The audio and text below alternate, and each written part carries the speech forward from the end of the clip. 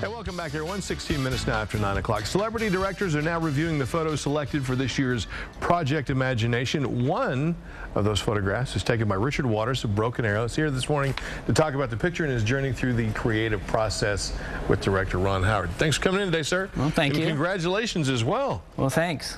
I tell you what, can we go ahead and look at Richard's photograph? Let's look at it first, because this is really cool, because you were just telling me about this a few moments ago.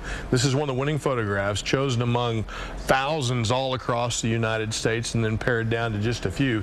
You said you took this on at Texoma, right? No, Big Soma. Oh, Big Soma, okay. Right.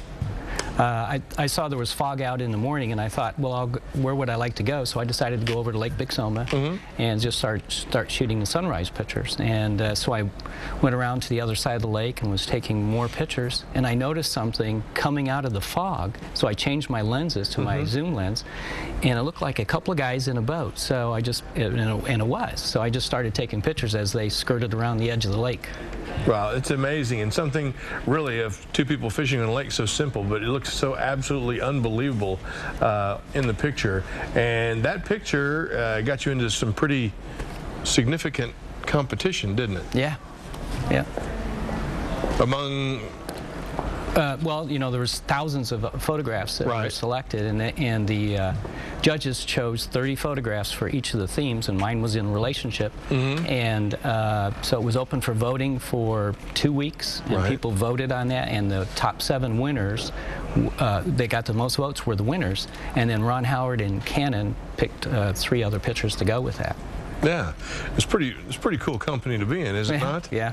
Yeah, so these celebrity directors will then have to make a movie and use these themes or pictures in their movies, right? Right. They're going to take one from each of the different 10 different themes and produce basically a movie from that, and there'll be 5 different movies. So we don't know whose pictures are going to be used for which movies. Well, that's pretty awesome. A lot of pretty nice directors out there as well.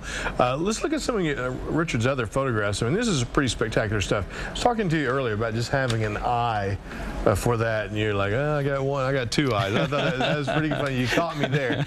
But what are some of the things, I mean, for folks out there who are looking, I mean, you were telling me sometimes you just write things down and think, I need to be there, but stuff like that, that's just a once-in-a-lifetime thing. Right, exactly. You have to kind of look for things like that. Okay. Right. Or different settings, or, you know, that type of thing. Maybe see what time of the day, that might be a very good shot or something, because light makes a big difference. Now, you said you started doing this back in 1978, and you did it for a couple of years, and then you quit for about 17, then you got back in it, and things have really progressed pretty well for you since. Yeah, in '95, I started taking training pictures of Evander Holyfield, and then a few years, this is down in Houston, and then a few years later, when he had someone start a website for him, he asked me to take training photos and send them to Atlanta, where he lived, and so I did that for several years.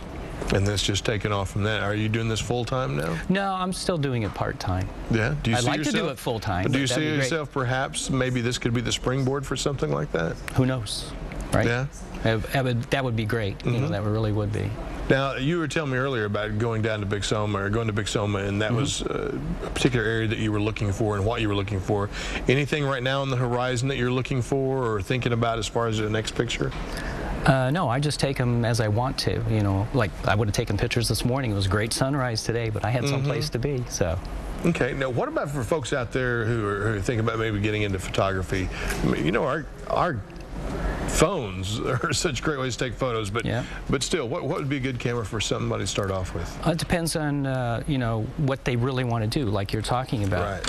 You know, and you could have a point and shoot camera. Some people are comfortable with that, but you can get the interchangeable lenses too for cameras, and it's something that you have to be that you know you're going to work with, and it has to feel good in your hands. A lot of people will buy a camera, but they are not trying it out, you know, in the store. Don't get used to it. Right. Okay. Excellent. Richard, thank you again, sir, for coming in. Thank you. Congratulations. Well, thank you. Look forward to seeing how they incorporate it into a movie. Me too. All right. Thank you for coming in. Project Imagination, Imagination USA, that's Canon.com, and you can also check out some of Richard's other incredible work at richardwatersphotography.com. All right.